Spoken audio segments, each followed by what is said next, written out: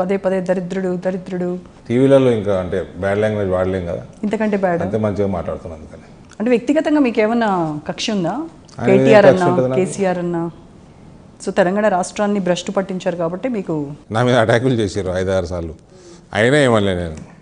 నేను కేసీఆర్ని తాగుబోతూ బాటిల్ పట్టుకొని తాగుతున్నట్టు ఏదో క్యారికేచర్లు పెడితే నా మీద కేసులు వేసారు వాళ్ళు.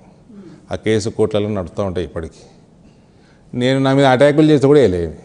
ఇప్పుడు ఆ అటాక్స్ ఎక్కువ మీ పైన అయినాయనేనా సెక్యూరిటీని పెంచారు మీకు? అప్పుడు పెంచి సెంట్రల్ సెక్యూరిటీ ఇచ్చారు. సెంట్రల్ సెక్యూరిటీ అది కూడా అంటున్నారు, ప్రజల్లో తిరిగే వినాయకుడికి ఇంత సెక్యూరిటీ అవసరమా, అంత భయం ఎందుకు, ఎవరి నుంచి ముప్పు ఉంది? ఏమీ ఎక్కువ లేదండి, ఇద్దరే ఉంటారు నా వెంబడ. అప్పుడు కూడా ఇద్దరే ఉండే. అప్పుడు స్టేట్ గవర్నమెంట్ వాళ్ళు ఉంటుండే, ఇప్పుడు సెంట్రల్ గవర్నమెంట్ వాళ్ళు ఉంటారు అంతే.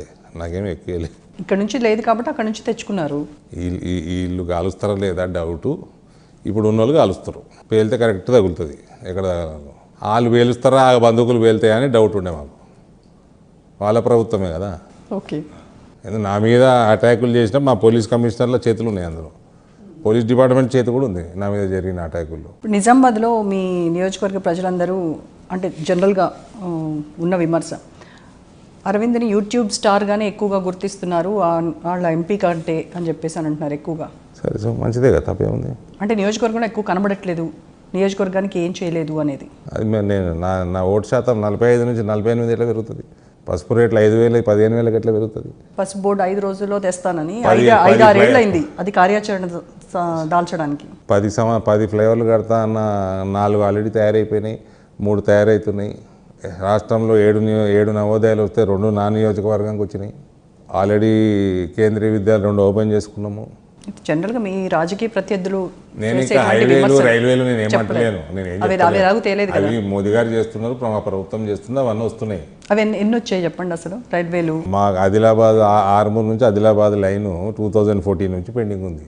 ఈసారి కేసీఆర్ సంతకం పెట్టలేదు, జాయింట్ వెంచర్ అది. ఈయన సంతకం మేము పెట్టలేదు. ఫైనల్గా ఈ మధ్య 2 years బ్యాక్ సెంట్రలే టోటల్ ఫండ్ తోటి చేసుకుంటుంది అది. బోధన్ బీదర్ డబ్లింగ్ పనులు, ఆ లైన్ కొత్త లైన్ పనులు నడుస్తున్నాయి. డోన్ నుంచి అటు ముతికాడు పోతుంది, మహారాష్ట్ర మొత్తం నిజామాబాద్ హైదరాబాద్ నిజామాబాద్ నుంచి డబ్లింగ్ పనులు నడుస్తున్నాయి, అవి కూడా దగ్గర పడ్డాయి. ఇవన్నీ అయితే ట్రైన్స్, కొత్త ట్రైన్స్ చాలా ఓపెన్ అయిపోతుంది. హైవేలు అయితే బ్రహ్మాండంగానే ఉంటాయి మన దగ్గర. మళ్ళీ దాని ఎక్స్పాన్షన్ కూడా పనులు స్టార్ట్ అయినాయి. ఇప్పుడు హైవేలలో ఏ గ్రామంలో కూడా ఇప్పుడు కార్ పోదు, అన్ని ఫ్లైఓవర్లు అయిపోతున్నాయి, బైపాస్లు అయిపోయినాయి లేదా ఫ్లైఓవర్లు అవుతున్నాయి. అన్నీ అయిపోయినాయి కూడా ఫ్లైఓవర్. నా రోడ్లో నిజామాబాద్కి వెళ్ళే రోడ్డు ఇక్కడ నుంచి మేడ్చల్ తప్ప అన్నీ అయిపోయినాయి. అరవింద్ గారి స్పీచ్లో మా దగ్గర సెల్ఫ్ హెల్ప్ గ్రూప్స్లో నిజామాబాద్ పార్లమెంట్లో దాదాపు 7,000 crores సెంట్రల్ ఫండ్ అప్పులు ఉన్నాయి. మేము ఎంతసేపు హిందుత్వము జై శ్రీరామ్ అంటారు కదా, ఇవన్నీ జై శ్రీరామ్ తోటి పని లేవు కదా. ఇవన్నీ రాముని దయతో డెవలప్ అవుతుంది, అది వేరే విషయము. కానీ ఇవన్నీ మేమేమి మత ప్రాతిపదికన చేస్తున్నాయి కాదు కదా, అందరూ వాడుతున్నారు కదా ఇది. కానీ ప్రొజెక్ట్ చేసేది అలాగే హిందుత్వం మీద బీజేపీ నడుస్తోంది, హిందుత్వం మీదనే బీజేపీ గెలుపు. మేము రాముల వారి ఆశీర్వాదంతో నడుస్తున్నాము. రాముల వారి ఆశీర్వాదం మాకుంది, మేము బ్రహ్మాండంగా మేము ఎదుగుతున్నాము. మీరే అన్నారు అపోజిషన్ లేకుండా చేస్తున్నామని. అవుట్ ఆఫ్ ది బాక్స్ నేను ఒక క్వశ్చన్ అడుగుతాను. ఇప్పుడు రాముల వారు అన్నారు కాబట్టి, ఈ మధ్య ఒక వరల్డ్ టూర్ చేసే వ్లాగర్ అన్వేష్ దేవుళ్ళ గురించి చాలా బ్యాడ్ కామెంట్స్ చేశాడు, సీతమ్మ వారి గురించి, ద్రౌపది గురించి. నేను ఈయనండి ఇట్లాంటి అంటే దరిద్రులు అసలు. నేను వీని 3 ఖరాబ్ చేసుకునేందుకు. పోయే కాలం వస్తే వాడు పోతాడు. అంటే అతన్ని తీసుకురావాలి, అరెస్ట్ చేయాలి అని చాలా డిమాండ్స్ పెరుగుతూ ఉన్నాయి. సో దీంట్లో ఏమైనా జోక్యం చేసుకుంటారా? చట్టం చేసుకునే పని చేసుకోవాలా.